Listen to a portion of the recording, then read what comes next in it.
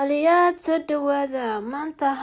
hal furuud ayaan waxaan ka sameynaa 3 cabitaan aad ka heli doontaan u fiican hooyada xaamilka wadnaha u fiican ilmaha uurjiifka u fiican ayaga dhan nafaqo oo aad ka heli doontaan runtii hadaba aan fiidiyogeena gudagalno bismillaah Allahumma salli ala sayyidina Muhammad asxaabta qaaliga geedkan strawberry weeye aad isaga soo dhaq hadaad u yaalo meesha aad joogtid runtii waxaa ka buuxa fitamiino u baahan tahay hooyada xaamilka wuxuu ka ilaaliyaa caloosheeda inay fariisato folic acid oo hooyada uurka u baahan tahay ayuu u fiican yahay wuxuu dhisaa nidaamka difaaca ayuu dhisaa geedkan sidoo kale aad ayuu wuxuu u xoojiyaa lafaha ilmaha uurjiifka uu u fiican yahay sidoo kale geedkan potassium ayaa ku jira oo wuxuu ka hortagaa xanuunada qalbi wadnaha ku dhaca aad iyo aad vitamin G fitamiino kale baa ka buuxa hooyada xaamilka wuu u fiican yahay waa soo dhaqay hadda weelal ayaan ku guraa 2 weel ayaan ku kala guraa hadana cabitaan saddexaad 3 cabitaan ayaan halka geed ka sameynaa runtii waxaa fiican wax walba oo cunaysid waxa ku jira inaad ogaatid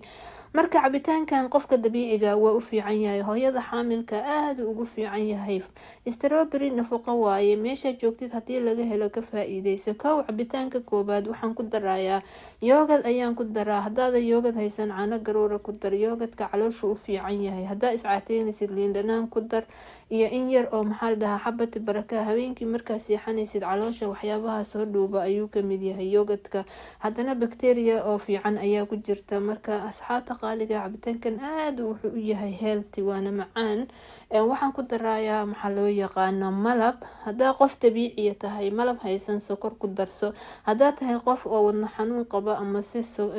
qof waayeela oo sokor qaba waxba ha ku darsanin asxaabta waxaan chocolate hadaadan haysan malab baa soo qaadanay koobka ilmaha marka ama qofka waayeelka waa loo qurqurxiyaa malab baa saa ugu qurqurxinaysa kaal iska arag cabitaankan waa ka heli doontaan waayo waa nafaqo rabadaan ayaa soo dhow dadka waayeelada wuu u fiican yahay hooyada xaamilka u fiican yahay uur kalan ka wada waa soo shiidaynaa waa cabitaankii koobaad qaaliyaad page-ka follow dhahaya fiidiyowyada sii share gareeya kii koobaad diyaar ayuu noo yahay aad buu runtii u macaan yahay tan kale qaaliyaad idinkoo raali ah channelkeena soo booqda subscribe dhahaya aad ayay u mahadsan yihiin inta subscribe-ka ii dhahda runtii kulligiina waxaad tihiin dad wanaagsan walaalad qaaliya ilaah dartiganina idin jecelahay wax kasta jeceshiina commentiga igu dhaafa waa idin soo gelinaa haya cabitaanka labaad waxaa sameynaa strawberry kaliya ayaan kusoo guraa weelka waliba kan ayaa u fiican hooyada xaamilka ah labaduba way u fiican yihiin asxaabta malab baan ku daray biyaan ku daray waa soo shiiday kaale iska arag aad u macaan yahay caloosha xataa way kuu soconaysaa wuu fiican yahay difaaca wuu ku xoojinayaa oo aad u fiican yahay runtii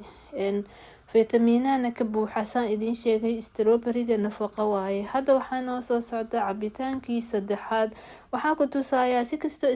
strawberry uga samaysan kartid cabitaan intii ii hartay ayaa waxaan ku shubaa caano dhay